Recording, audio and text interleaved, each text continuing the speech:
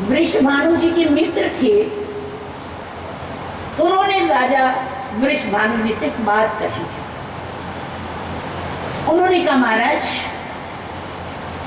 एक नीति का नियम है, लड़की यदि एकांत रहने लग जाए या रोने लग जाए बिना कारण के, तो इसका मतलब लड़की ये चाहती है मेरी शादी कर दो, और लड़का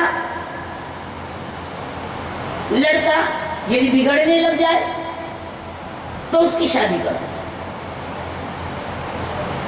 वृषभानु जी ने कहा कर तो दूं शादी, पर कोई योग्य वर हो तब ना। आपके ध्यान में कोई योग्य लड़का वर हो तो बताओ। राजा ने कहा महाराज, लड़का तो एक है मेरी समझ में, यदि तुम्हारी समझ में आ जाए तो। वृषभानु जी ने कहा बताओ। वो लड़का तो एक है, सब गुण संपन्न है, पर जरा सा काला है। क्या खास बात है? किस्मत वाला होना चाहिए। लड़के में सब गुण है, पर एक छोटा सा अवगुण है, बचपन में चोरी करता था, बाकी सब ठीक है। सब गुण है लड़के के अंदर, पर एक छोटी सी कमी है, वो गाय चलाता है। सब गुण है लड़के के अंदर, एक छोटा सा अवगुण है, बस गोपियों के साथ खेलता है। वृषभानु जी ने कहा बाकी रह क्या गया? एक एक करके सारी बात तो बता दी। फिर भी मित्र, यदि आपको लगता है कि लड़का ठीक है तो सगाई की बात चला दो। उन्होंने कहा महाराज, सगाई की बात ऐसे नहीं चलाई जाएगी, आप अपनी ओर से पत्र लिख के भेजो कि मैं बरसाने का राजा वृषभानु अपनी कन्या की सगाई इस नाम के पिता के पुत्र के साथ में करने का इच्छुक हूं, पत्र लिखो। वृषभानु जी ने पत्र लिखवाया और उनके मित्र राजा कुछ और पत्र लेके जब चलने लगे तो नारायण वृषभानु जी के मित्र कहते हैं, वृषभानु जी, सगाई का पत्र ऐसे नहीं ले जाया जाता, वे तो कुछ उपहार दो, साथ में कोई गिफ्ट भी दो। तब नारायण राजा वृषभानु जी ने 1000 थाल उपहार के तैयार किए। हम जो आज के दिन मिठाई के डिब्बे, टोकरे, फ्रूट, सब्जी बनाते हैं ना, क्या हम देंगे आज के लड़की के पिता? वृषभानु जी ने पहली बार प्रस्ताव के समय 1000 थाल उपहार के तैयार किए, जिसमें 999 तो उपहार थे और 1 थाल मोतियों का भरा हुआ था। जो मध्यस्थ राजा थे वो लेके चले। जो वो लेके चले तो नंद भवन में पहुंचे। वहां जाकर के महाराज वृषभानु जी की ओर का प्रस्ताव नंद बाबा से कहा। नंद बाबा ने पत्र पढ़ा और विचार विमर्श करने लगे।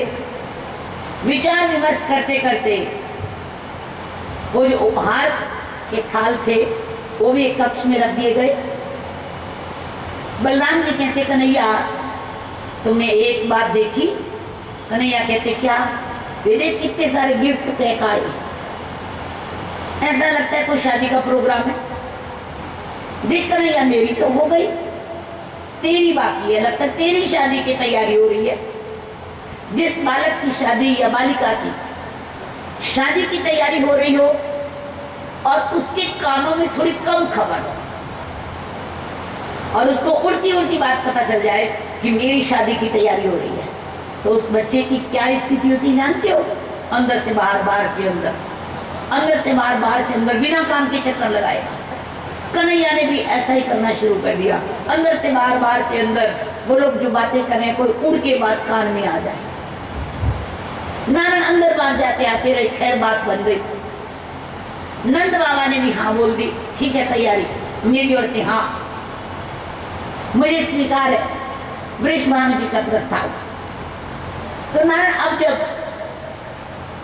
बीच वाले बिचौले व्यक्ति जाने लगे और वो ये तो क्या कहें कि आप भी कुछ उपहार दो लड़के वालों से। उन्होंने ये कह दिया, महाराज नंदराय जी वो बर्तन तो खाली वापस दे दो, जो 1000 थाल लाए थे वो बर्तन तो वापस दो। तब नंद बाबा को याद है, ओहो हमें भी अपनी कन्या मतलब राधा जी के लिए कुछ उपहार भेजने चाहिए। तो नंद बाबा ने जाकर के उस कक्ष में देखा उपहार क्या आए हैं। जाके क्या देखते हैं तो एक थाल खुला हुआ है मोती का। नंद बाबा ने कहा किसने खोला? मेरी आज्ञा के बिना ये उपहार किसने खोला? कोई हाँ ना बोले मैंने खोला। तो नंद बाबा कहते ये बताओ इस कमरे में आया कौन? सबने कहा कृष्णा। बाबा ने कहा कन्हैया को बुलाओ। कन्हैया को बुलाया गया। नंद बाबा ने कहा क्यों रे कन्हैया, तूने उपहार खोला?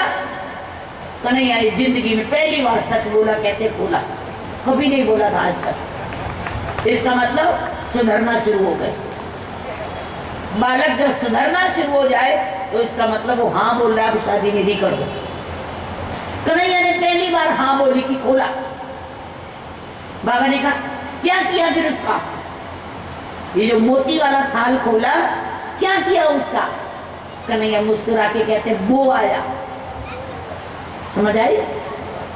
धरती में बो के आया हूं। बाबा ने कहा कहां बो के आए हो? कन्हैया कहते पीछे बगीचे में। बाबा कहते दिखाओ।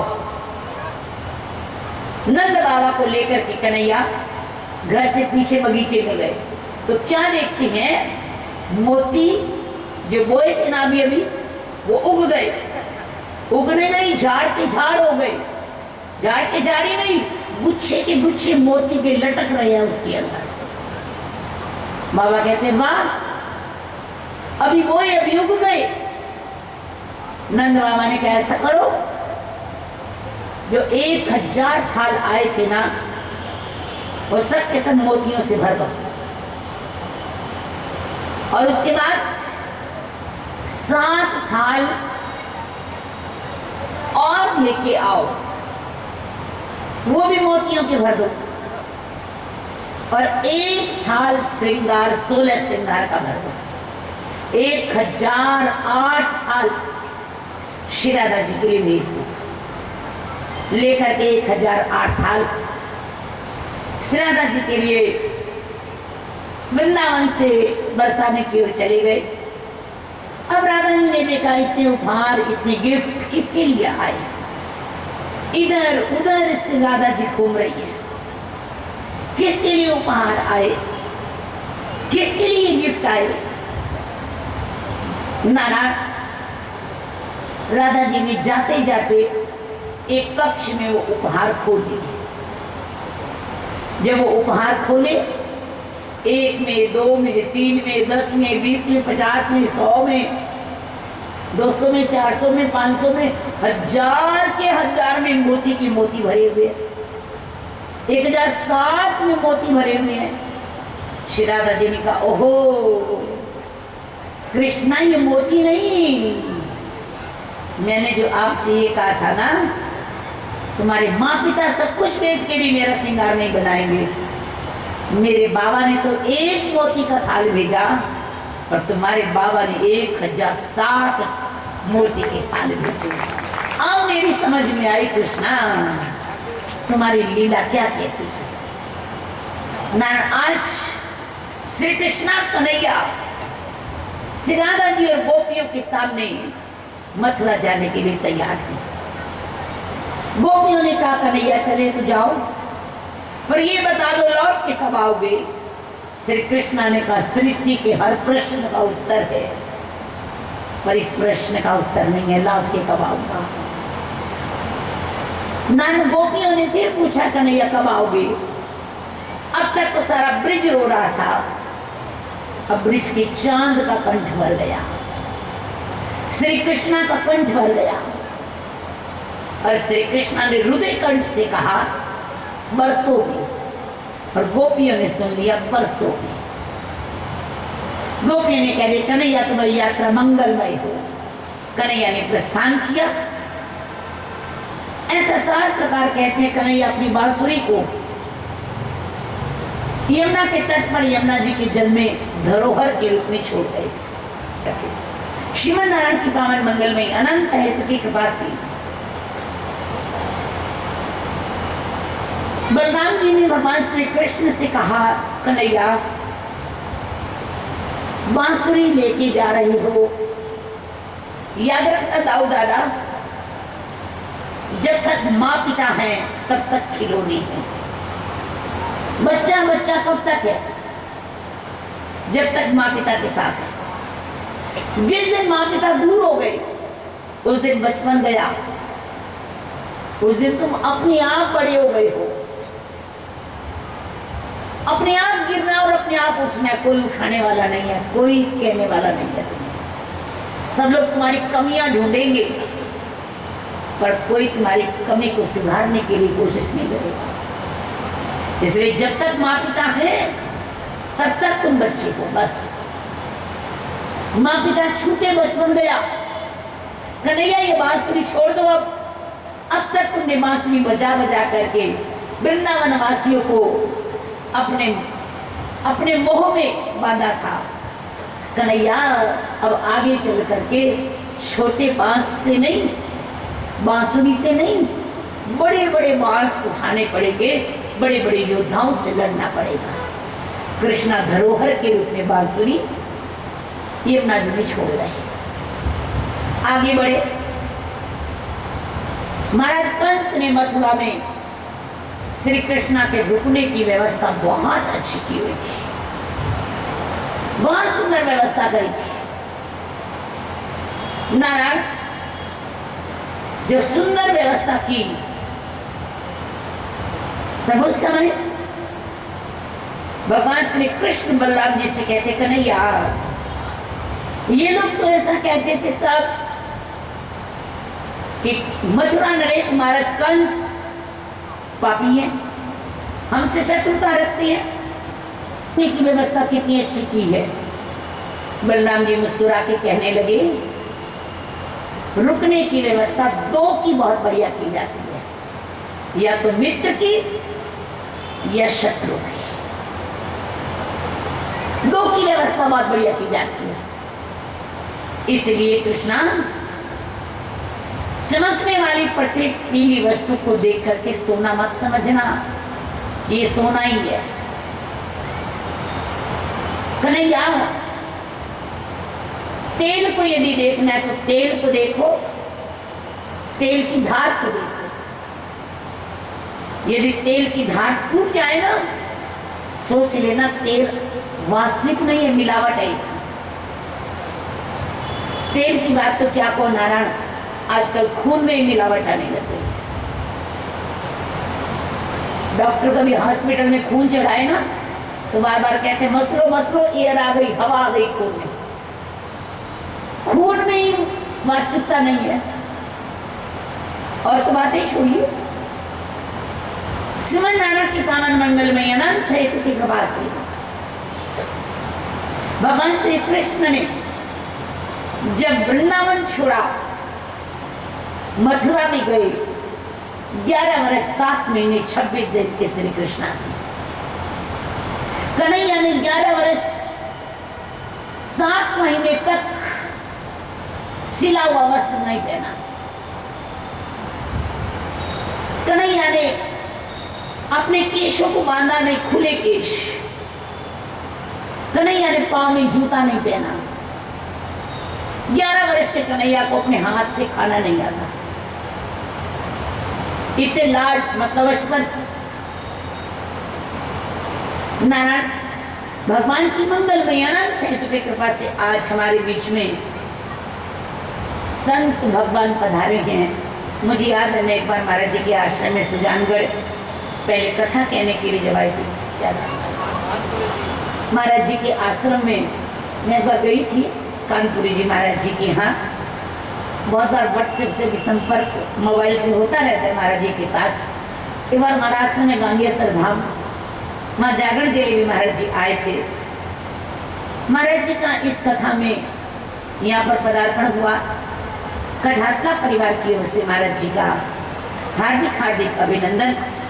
पहुंचे सभी श्रोताओं की ओर से भी महाराज जी का हार्दिक हार्दिक अभिनंदन।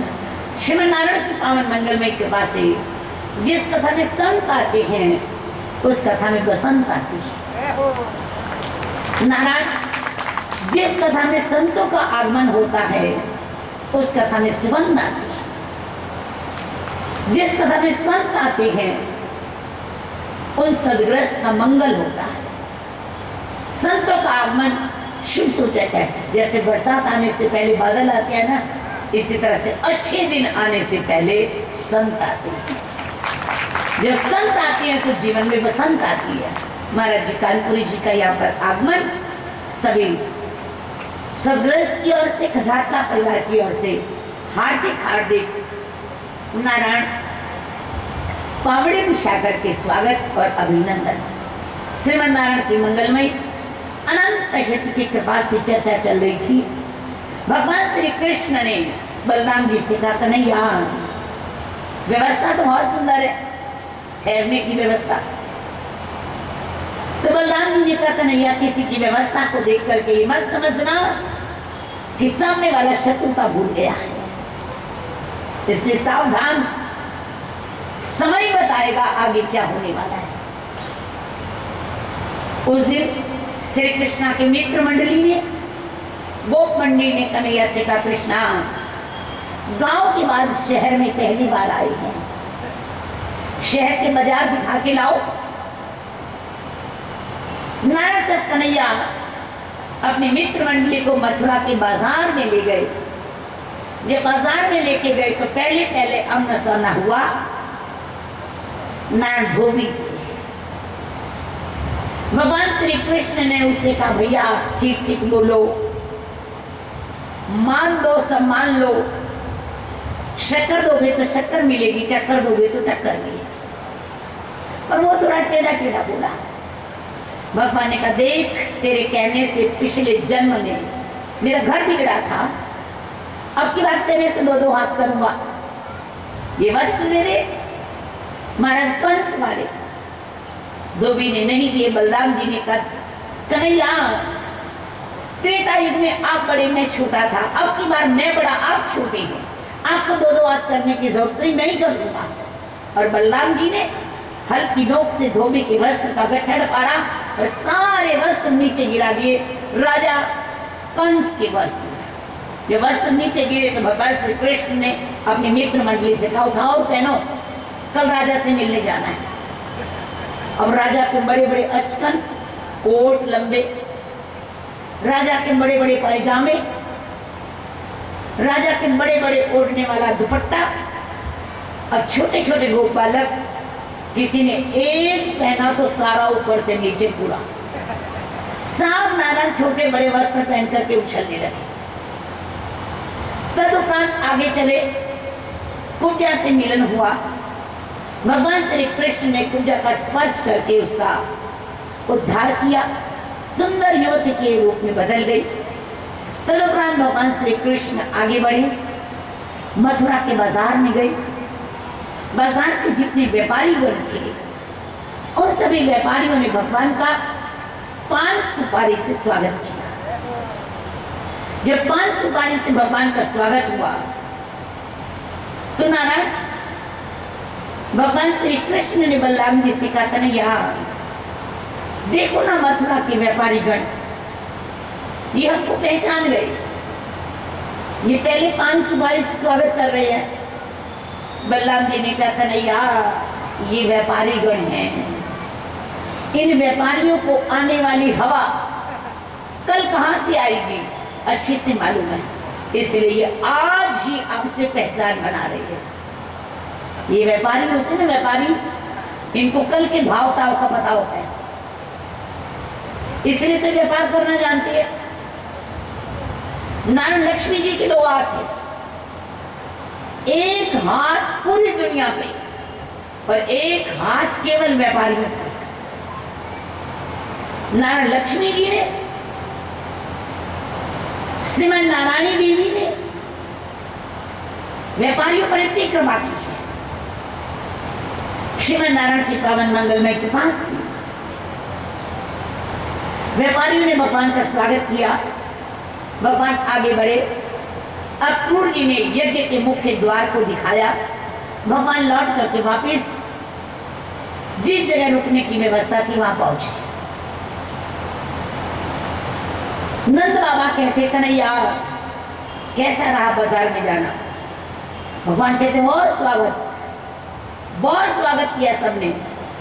नंद बाबा कहते कन्हैया स्वागत तो किया, पर एक बात बताओ, किसी ने खाने के लिए भी पूछा? भूख लगी है कुछ खा लो। कन्हैया कहते बाबा माँ बिना कौन पूछेगा। याद रखना नारायण, बहुत दिनों बाद बाहर से आओ, कोई पूछेगा क्या कमा के लाया, क्यों? कोई कहेगा इतनी देर से क्यों आया, कोई कहेगा मेरे लिए क्या लाया। पर माँ एक ऐसी है जो आपसे ये पूछेगी बेटा ये बता तूने कुछ खाया या नहीं खाया। माँ के बिना कोई नहीं पूछेगा नारायण। आज नंद बाबा कहते कन्हैया तूने कुछ खाया? कन्हैया कहते नहीं खाया। पहली बार आज नंद बाबा ने कन्हैया को अपने हाथ से मक्खन मिश्री खिलाया। रात्रि विश्राम हुआ, अगले दिन सुबह यज्ञ में जाना है। सभी को तो महाराज कंस ने छोटे रास्ते से यज्ञ में बुला लिया, परंतु अक्रूर जी कृष्ण और बलराम को बड़े मार्ग से यज्ञ के मुख्य द्वार से यज्ञशाला में आने के लिए कहा। अक्रूर जी जब कृष्ण बलराम को यज्ञ के मुख्य द्वार से यज्ञ में प्रस्थान करवाने लगे तो क्या देखा? वहां रे कंस तेरी शत्रुता। यज्ञ के मुख्य द्वार पर कुबले आपीड़ नाम का एक खतरनाक हाथी बांधा हुआ है। जो हाथी अनजान मनुष्य की गंध आते ही पांव नीचे कुचल करके उसको मार देता है। वो हाथी राजा कंस ने बांधा, इसलिए बांधा कि कृष्ण बलराम आएंगे, हाथी इनको पांव नीचे कुचल करके मार देगा, हमारा काम हो जाएगा और नाम भी नहीं आएगा। नारायण जब अक्रूर जी ने उस हाथी को देखा तो अपने दोनों हाथ आंखों पर रख करके बंद कर दिए। नहीं देख पाऊंगा अन्याय, अन्याय नहीं देख पाऊंगा। नारायण इतने में ही तो उस हाथी ने अपने दोनों आगे वाले पांव और सूंड धरती पर लंबी फैला करके भगवान श्री कृष्ण को प्रणाम किया। जैसे हाथी ने प्रणाम किया तो हाथी संभालने वाला जो महावत था उस महावत ने हाथी को मारा और हाथी से कहने लगे अपना काम कर, जिसका खाया है वो काम कर। हाथी कहने लगा पहले अपना जीवन सफल बना लूं, उसके बाद तुम्हारे खाए हुए का कर्जा उतारूंगा। नारायण तब हाथी ने प्रणाम करने के बाद भगवान श्री कृष्ण ने बलराम जी से कहा बलराम जी यहाँ के तो पशु भी पहचान गए हम कौन है, वो भी प्रणाम कर रहे हैं। कितनी बदकिस्मत है इंसान की कि राजा कंस नहीं पहचान रही।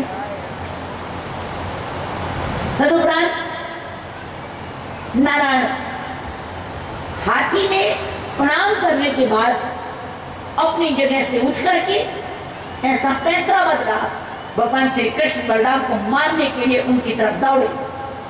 भगवान श्री कृष्ण ने भी समय को संभालते हुए हाथी के दोनों आगे वाले पांव पकड़े, आकाश में घुमाया, धरती के ऊपर जैसे धरती के ऊपर देव पटका, हाथी के अंदर से दिव्य ज्योति निकली, भगवान श्री कृष्ण के अंदर में समा गई। कन्हैया ने कृष्णा ने बलराम जी से कहा बलराम जी ये गलती हो गई, मामा के घर मिलने के लिए जाना है खाली हाथ, राजा से मिलने जाना है खाली हाथ। नीति ऐसा कहती है बेटी के पास जाओ, रोगी के पास जाओ, गुरु के पास जाओ, राजा के पास जाओ, महाराजा के पास जाओ, व्यक्ति को खाली हाथ नहीं जाना चाहिए। हम राजा कंस से मिलने जा रहे हैं, क्या खाली हाथ जाए? बलराम जी ने कहा गलती तो हो गई, अब क्या करें? भगवान श्री कृष्ण ने कहा इसी हाथी के दोनों दांत निकाल देंगे और मामा को भेंट करेंगे। ये संभाल लो, जो हाथी हमारे मारने के लिए खड़ा किया था ये उसी की निशानी है। नारायण हाथी के दोनों दांत निकाल लिए गए और जैसे कृष्ण बलराम आगे बढ़े, वाह रे महाराज कंस तुम्हारी शत्रुता। दो मल्ल योद्धा चाणूर और मुष्टिक आगे खड़े किए थे, पहले इनसे युद्ध करो और फिर हमारे पास आओ। भगवान श्री कृष्ण ने उन दोनों का वध कर दिया। अब बारी आई मामा कंस की। बलराम जी कहते कन्हैया इस खेल को लंबा ना करना, मरे हुए को क्या मारना। कंस तो पहले तुम्हारे डर से मर गए हैं, हम उसको और क्या मारे। नारायण भगवान श्री कृष्ण ने कहा चिंता ना करो दाऊदादा। परिणाम भगवान श्री कृष्ण आगे बढ़े, बलराम जी और कन्हैया ने दो हाथी दांत भेंट किए और नारायण श्री कृष्ण ने दौड़ करके झपट करके राजा कंस को सिंहासन पर केशों से पकड़ करके नीचे उतारा। क्यों उतारा? कि मथुरा के इस सिंहासन को अपवित्र नहीं करना है, मर्यादा। नारायण जैसे कंस को केश पकड़ के नीचे उतारा, सिंहासन से आकाश में घुमाया और धरती के ऊपर पटक पटक करके एक नहीं दो नहीं 3 बार, कहीं बाकी श्वास न रह जाए, उसका वध कर दिया। और महाराज कंस के अंदर से दिव्य ज्योति निकली और भगवान श्री कृष्ण के अंदर समा गई। चारों ओर भगवान श्री कृष्ण के नाम का जय जयकार होने लगा। नारायण राजा उग्रसेन मथुरा के कारागृह में बंद थे। महाराज कंस के पिता वो कान लगा के सुनने लगे दीवार से जय जयकार किसके नाम की हो रही है। जब सुना कृष्ण के नाम की जय जयकार, भगवान श्री कृष्ण कंस का वध करके अपने माँ पिता के पास नहीं गए, देवकी वसुदेव के पास, राजा उग्रसेन के पास गए और राजा उग्रसेन से कहने लगे महाराज क्षमा करना, मैंने आपके पुत्र को मारा, आप मथुरा के राजा बनो। राजा उग्रसेन कहते हैं कि कृष्ण तूने मेरे पुत्र को नहीं पाप को मारा है, मथुरा के राजा हम नहीं आप बनोगे, आपको अधिकार है। परंतु भगवान श्री कृष्ण राजा नहीं बने और राजा उग्रसेन को राजा बनाया। तदुपरांत देवकी वसुदेव के पास गए और उन्हें मथुरा के कारागृह से मुक्त किया। नंद बाबा और गोप बालकों को वापिस वृंदावन भेजा। अब सोचा था भगवान श्री कृष्ण ने अच्छे दिन आ गए, आराम से रहेंगे। नारायण परंतु कोई भी व्यक्ति ये सोच करके आज रात को सोता है, आज मेहनत कर लो, कल आराम से सो के उठेंगे, कल दिन अच्छा होगा, पर ये भी मालूम कि कल दिन कुछ और नया लेके आएगा। नारायण आज भगवान श्री कृष्ण ने सोचा वो आराम से रहेंगे बस, परंतु नारायण कल दिन एक नहीं कल लेके आया, एक नया कलह लेके आया, एक नया क्लेश लेके आया। महाराज मथुरा नरेश कंस की 2 पत्नियां थी, एक का नाम था अस्ति, एक का नाम था प्राप्ति। वो दोनों अपने पिता महाराज जरासंध के पास गई और जरासंध से कहने लगी महाराज हमारे पति का वध देवकी वसुदेव के पुत्र कृष्ण ने कर दिया। महाराज जरासंध सेना लेकर के युद्ध की तैयारी करने लगे। देवकी वसुदेव ने कहा यशोदा ने हमारे बालक को पाल पोस के बड़ा कर दिया, पर अब तक पढ़ाया नहीं, एक अक्षर भी नहीं पढ़ाया। सो देवकी वसुदेव ने श्री कृष्ण को, कन्हैया को, बालक को पढ़ने के लिए उज्जैनी नगरी में संदिग्ध ऋषिकियां भेज दिया। जहां पर उनकी मित्रता सुदामा से हुई। जिस सुदामा जी के चरित्र और कथा को कल की पावन बेला में कहेंगे। नारायण भगवान की मंगलमय कृपा से भगवान श्री कृष्ण मथुरा नगरी में लौट के वापस आए। सोचा कि अब आराम से रहेंगे। नारायण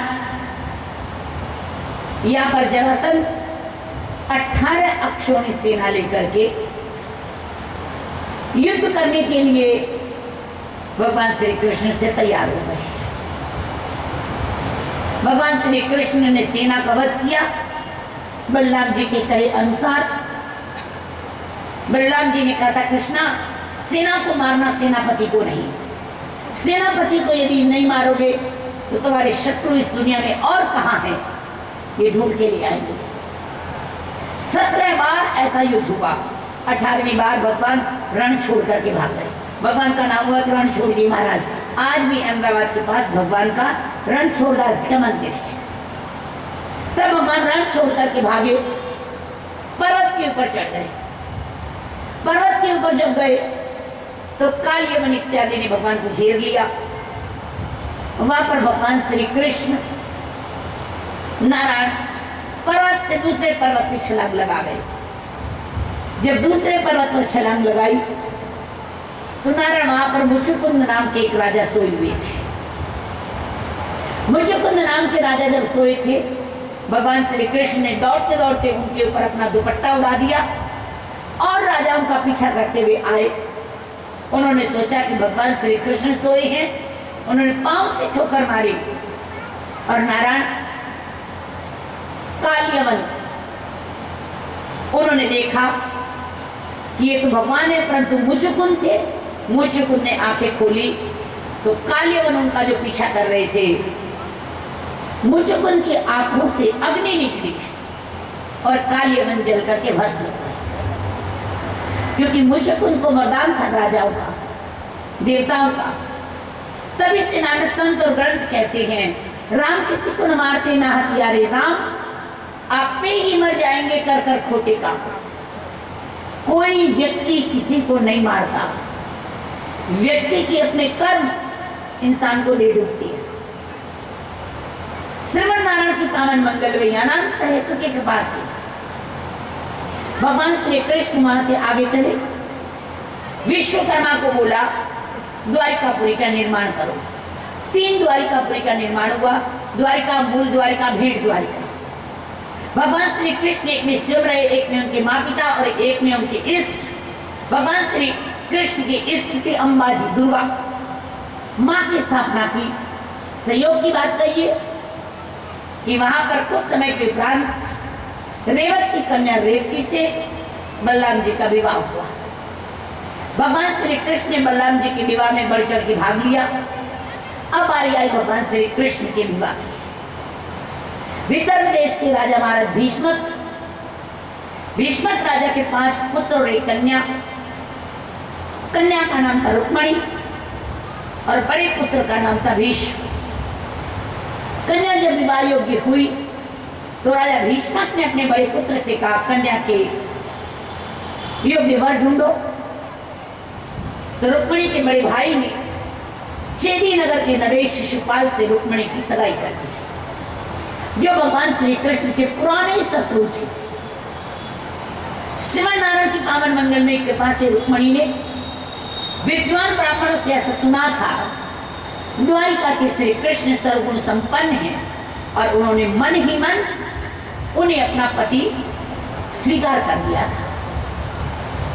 श्रीमन नारायण की पावन मंगल में कृपा से रुक्मणी को जब ये पता चला कि उनके भाई ने उनकी सगाई शिशुपाल से कर दी, तो उन्होंने अपनी माँ से कहा, माँ मैं नहीं चाहती हूँ भगवान के अतिरिक्त मेरा विवाह किसी और से हो। उनकी माँ ने कहा, बेटी भगवान से प्रार्थना करो। रुक्मणी ने ब्राह्मण देवता के हाथ अपना समर्पण पत्र लिख करके भेजा।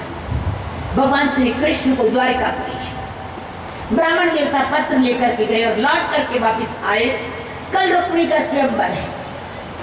आज ब्राह्मण देवता आए तो रुक्मणी ने ब्राह्मण देवता से पूछा, पंडित जी भगवान क्या बोले? ब्राह्मण देवता ने कहा, राजकुमारी भगवान ने कहा मैं पहुंच जाऊंगा। उन्होंने कहा कब पहुंचेगी? कल से अंबर है, सिंह का भाग सियार ले जाए तब पहुंचेगी। जब शेर का भाग गीदड़ ले जाए, क्या फायदा ऐसी बरसात का जब फसल सूख जाए? कब आएंगे भगवान जब रुक्मिणी के प्राण चले जाएंगे? ऐसा कहते कहते ब्राह्मण स्त्री आई और उन्होंने रुक्मिणी से कहा, देवी गौरी मंदिर में पूजा करने चलो। कल से लेकर के आज तक कन्या गौरी पूजा करती है कि रुक्मिणी गौरी मंदिर पूजा करने चलो। रुक्मिणी जी सौभाग्यवती स्त्रियों के साथ गौरी मंदिर पूजा करने गई और ये सोच करके गई, बस अब पिता के भवन से बाहर आ रही हूं, दोबारा नहीं आऊंगी कृष्णा, समय को संभालो। रुक्मिणी गौरी मंदिर पूजा करने गई और अम्बा से, माँ से, गौरी से, भवानी से कहने लगी, माँ मेरी आपसे प्रार्थना है, जो प्रत्येक नारी अपने पति के लिए भगवान से करती है। याद रखना नारायण, नारी शक्ति एक ऐसी शक्ति है जो कभी भी भगवान के पास जाके अपने लिए कुछ नहीं मांगेगी, हमेशा ये मांगेगी मेरे पति की लंबी उम्र दो, मेरे बच्चों को ऐसा दो, कभी ये नहीं कहेगी मेरे को ये दो। नारायण आज रुक्मिणी जी ने माँ के मंदिर में जाके माँ से कहा, माँ जिस तरह से सीता को राम मिले, जिस तरह से गौरी को शिव मिले, उसी तरह से मुझे पति रूपे भगवान श्री कृष्ण मिले। ऐसा कहकर प्रणाम किया और जैसे प्रणाम किया और जैसे रुक्मिणी जी ने मस्तक ऊपर किया, माँ के गले से पुष्पमाला खिसकी और रुक्मिणी के गले में आ गई नारायण। और रुक्मिणी ने माँ से प्रार्थना की कि अम्बे माँ मेरी विनती सुनो। नारायण माँ ने जगत जननी के चरणों में रुक्मिणी की प्रार्थना है, जो प्रत्येक महिला माँ के चरणों में करेगी तो माँ उसका सुहाग अमर रखेगी। इसलिए मिलकर के दो शब्द हमारे साथ गा के हम आगे की ओर बढ़ते हैं।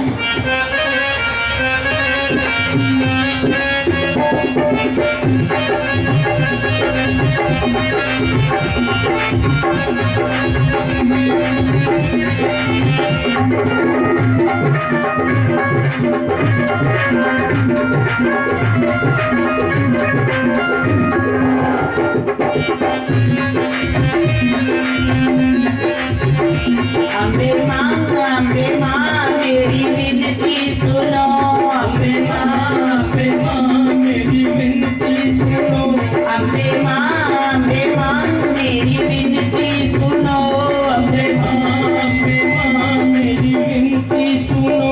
मैं सुहागन रहूं मैं भर के लिए, मैं सुहागन रहूं मैं भर के लिए। अम्बे माँ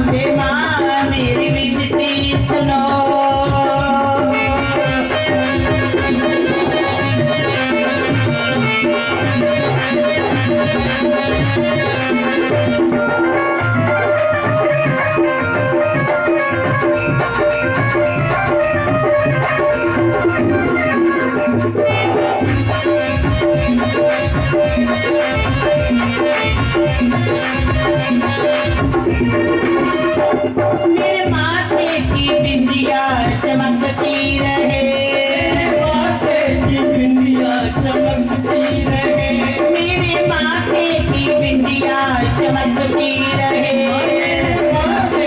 बिंदिया चमकती रहे, ये चमकती रहे माँ धमकती रहे, चमकती रहे माँ चमकती रहे, ये चमकती रहे भर के लिए। चमकती रहे माँ धन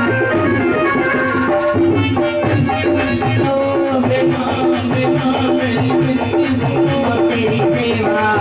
तेरी सेवा कर मैं भर के लिए, सेवा करूँगा भर के लिए, तेरी सेवा कर मैं भर के लिए, सेवा करूँगा भर के लिए, तेरा हो तेरा मैं भर के लिए, तेरा हो तेरा करूँगा भर के लिए, तेरा हो तेरा मैं भर के लिए। तेरा हो तेरा करूँगा भर के लिए। अम्बे माँ मेरी विनती,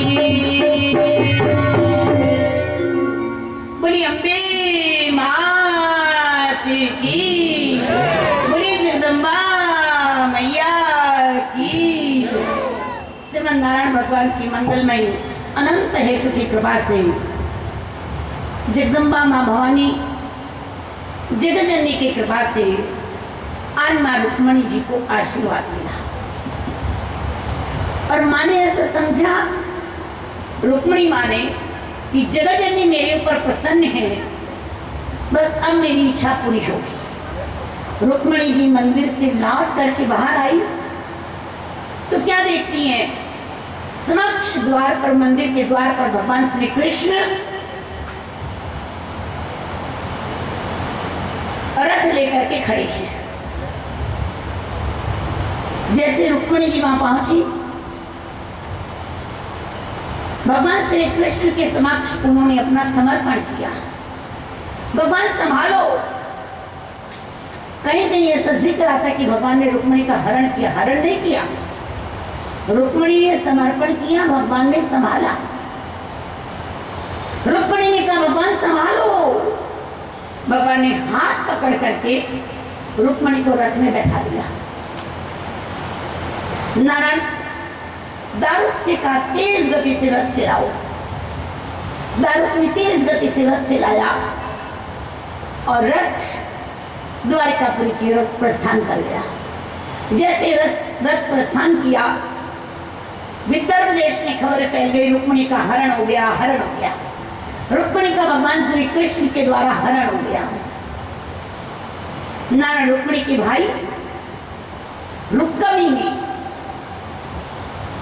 राजाओं की सभा में जाकर के जब ये महसूस किया, क्योंकि शिशुपाल ने रुक्मणी से कहा कि रुक्मणी, यदि तुमने अपनी बहन को भगवान श्री कृष्ण के साथ भेजना था तो मुझे मेरे मित्र राजाओं के साथ बुला करके मेरा यह अपमान क्यों कराया।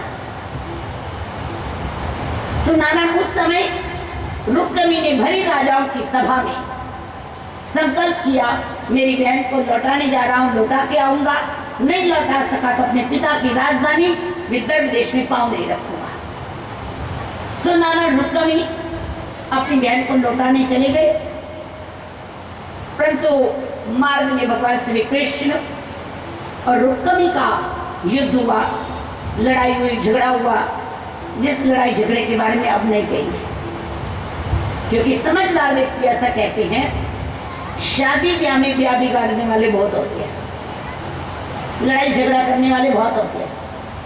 तो इसलिए उनकी ओर ध्यान ना देके व्यक्ति को अपने लक्ष्य की ओर आगे बढ़ना चाहिए। शादी ब्याह का काम पूरा करो, उन लोगों को बाद में देखिए। भगवान श्री कृष्ण और रुक्मणी का युद्ध हुआ, जिस चर्चा को नहीं करेंगे। भगवान श्री कृष्ण रुक्मणी को लेकर के गए, द्वारिकापुरी में विद्वान ब्राह्मणों से मंगलमय मुहूर्त लिया और रुक्मणी को दुल्हन के रूप में सजाया गया, भगवान श्री कृष्ण को दूल्हा के रूप में सजाया गया और पावन मंगलमय रुक्मणी मंगल पाणिग्रहण उत्सव हुआ, जिस पावन झांकी को अभी आप लोग देखेंगे। और इसके साथ आपसे एक और ज़रूरी सूचना कहना चाहेंगे, कल इसी समय कथा का विश्राम दिन है। तो हमारे लिए तो ऋषि मुनि परम आदरणीय परम वंदनीय कानपुरी जी महाराज हैं, जो ऋषि के रूप में हमारे बीच पधारे हैं। मैं कठाता परिवार से निवेदन करूंगा कि पूज्य महाराज श्री का स्वागत सम्मान किया जाए, और मैं पूज्य महाराज श्री से निवेदन करूंगा कि आप पधारे व्यासपीठ पर। संत समागम बहुत अच्छा लग रहा है। कानपुर जी महाराज का आगमन आज रुक्मणी मंगल की कथा में हुआ है, तो हम सबका मंगल हो ऐसी कामना। कुछ और हमारे मेहमान पधारे हैं, उनसे भी निवेदन करूंगा जल्दी जल्दी पधारे।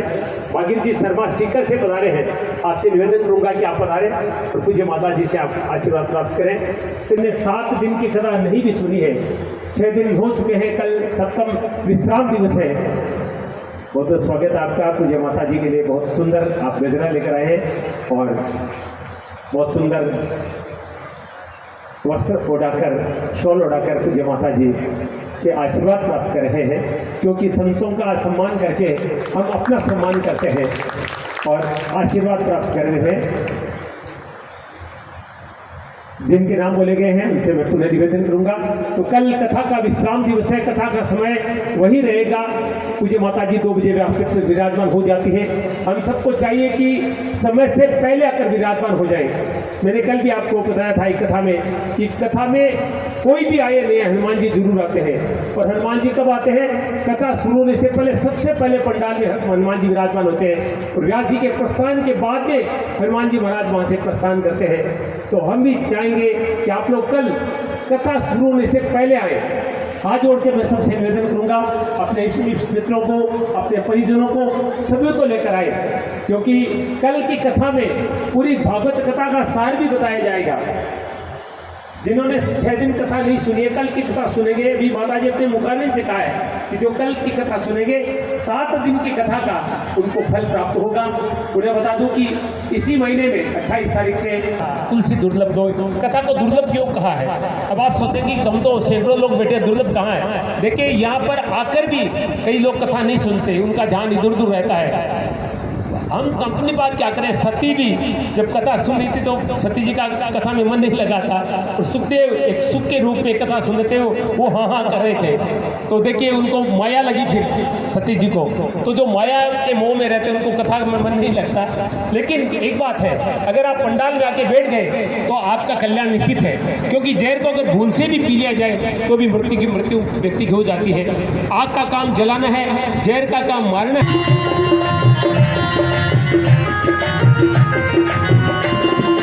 आओ मेरी सखियों, मुझे मेहंदी लगा दो, मुझे ऐसा सजा दो, सजा दो, मुझे श्याम सुंदर की दुल्हन बना दो, मुझे श्याम सुंदर की दुल्हन बना दो।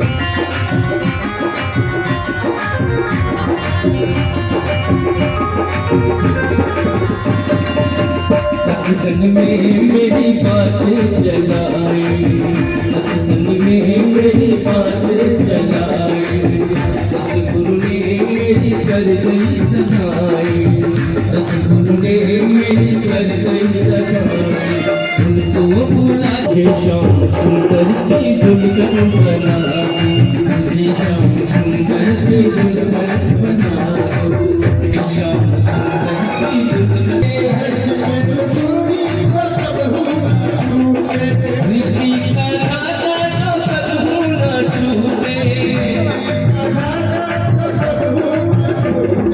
आज मेरी मोतियों से मांग भरवा दो, मुझे श्याम सुंदर की दुल्हन बना दो, मुझे श्याम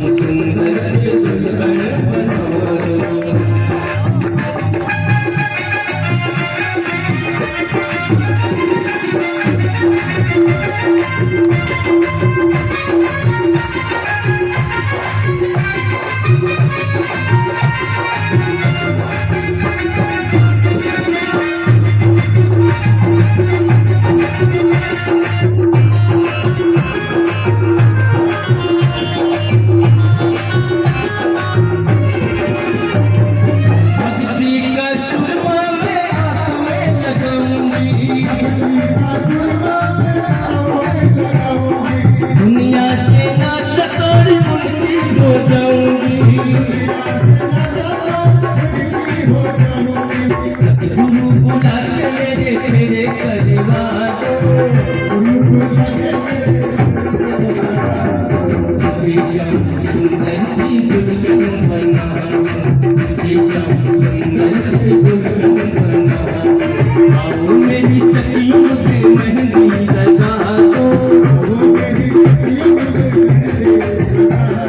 मेहंदी लगा दो मुझे सुंदर सजा दो।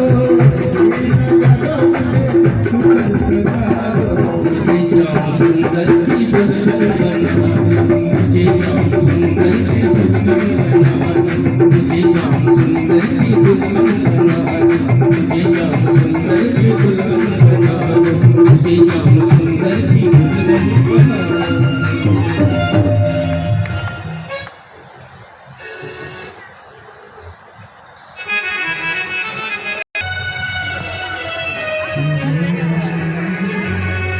अमीर से होती है, गरीब से होती है, जहाँ भी हो ऐ मेरे दोस्त। शादियाँ तो खुश नसीब से होती है, आज मेरी शाम की शादी है।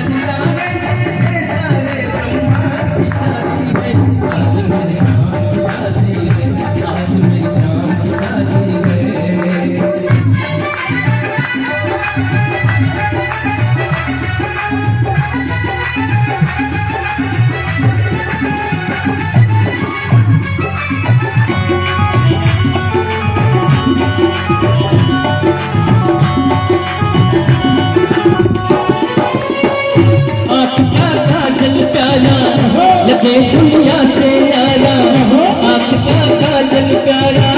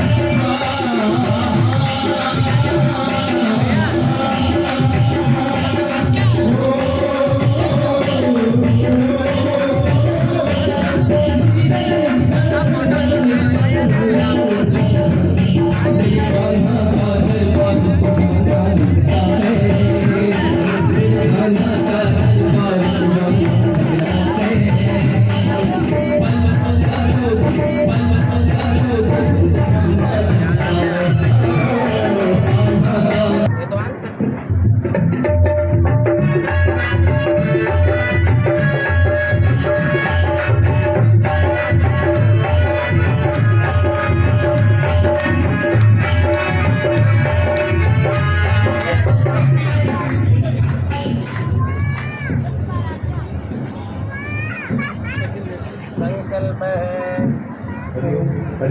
महापुरुषस्य विष्णुरज्ञातवस्तमानस्य अखिल ब्रह्मांडांतर्गत भूमंडल मध्ये वर्तते गंगा जले पश्चिम विभागे नर्मदायत विभागे धावतानि पुष्पाणि क्षेत्रे भारतवर्षे भरतखंडे आर्यावर्ते देशांतर्गत पुण्य प्रदेशे राजस्थान प्रांते चूरुजन वनांतर्गत सुजान दुर्गनामणि नगरे पूर्णम जनपगड़िया विद्यालय समक्ष स्थिते देव ब्रह्मणा नाम संघनौ तथा सकल सकल सर्वे जीवनो ब्रह्मणो निर्धीय पराधे कृतत्रेता द्वापर कलि संगिका नाम ततो नाम विगानाम मध्य कलि जुगे कलि प्रथम चरणे प्रभाते षष्ठी संवत्सराणां मध्य वर्तमान समय सिद्धार्थ नामने संवत्सरे द्वादशादिग्रे संस्कृतायां मासानां मासोत्तमे मासे भाद्रपद मासे कृष्णपक्षे दशम्यां तिथौ गोत्रः नामधेयः गोत्र बोलियो तांगो नाम बोलियो गोत्र है नामधेय नाम बोले अपना परिवारोहम सर्वत्निकोहम सर्वपरिवारोहम सर्वकुटुंबोहम। जय जय पंडित जी बुलाओ ने भी हमें मन में स्मरण कर लो। मम अस्य रुक्मणी नामनी कन्याया श्री कृष्ण चंद्र बलत्रा सह श्री परमेश्वर प्रीति अर्थम ब्रह्म विधिना विवाह संस्कार अहम करिष्ये। ओम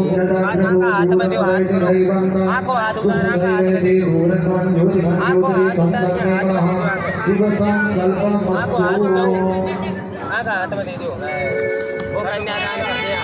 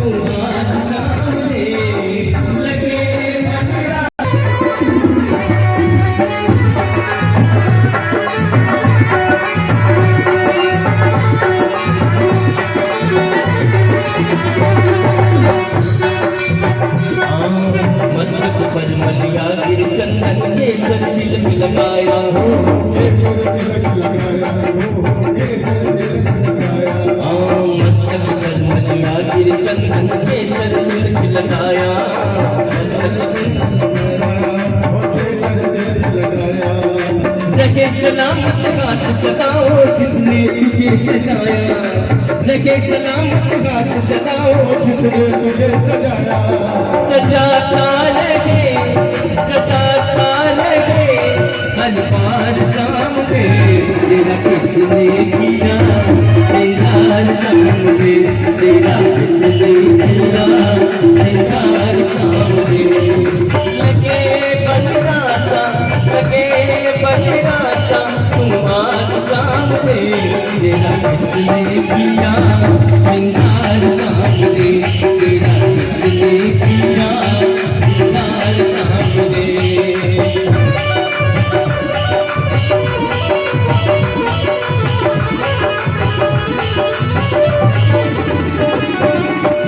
तेरी बाहों के झूले में पली बाबुल जान झूठ छोड़ के तेरी गली बाबुल मैं तेरी बाहों के झूले में पली बाबुल मैं तेरी बाहों के झूले में पली बाबुल मैं तेरी बाहों के झूले में पली बाबुल लाल छोड़ के तेरी गली बाबुल होठ में खामोश फिर भी तेरी धड़कन होठ पे खामोश फिर भी पहली धड़कन मुश्किल अश्कों का पुराना लगता है मुश्किल अश्कों का पुराना लगता है सबको बातों दिल दीवाना लगता है कई बार सुहाना लगता है सबको बातों दिल दीवाना लगता है कर्पूरी गोरम करुणावतारम संसारे सारम दुर्गेन्द्रकारम सदा वसंतम हृदयारुन्दे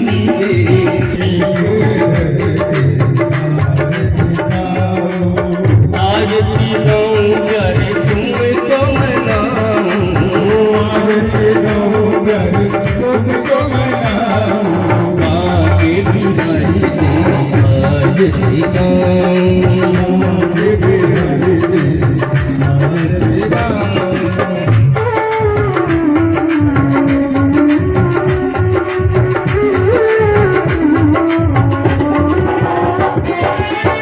मोहे मुकुट प्यारे शीश पे सोहे उसी मेरो मन मोहे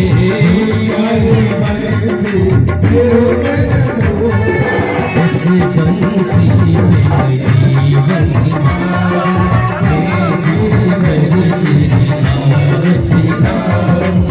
चलो से गंगा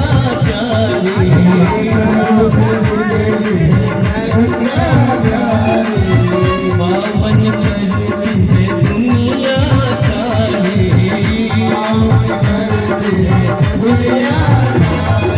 अपनी सजनों के मैं दर्शन पाऊं तेरी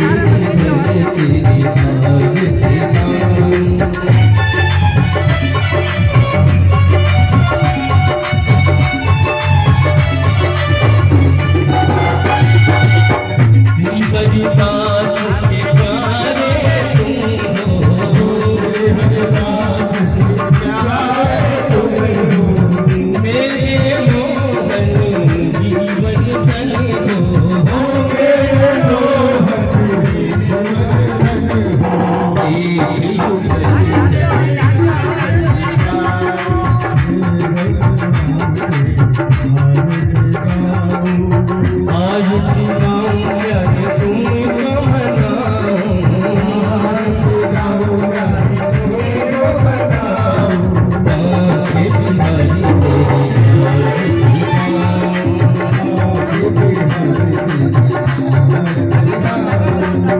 व्यासदास के नाथी आप हो सुख दुख जीवन प्यारे साथी आप हो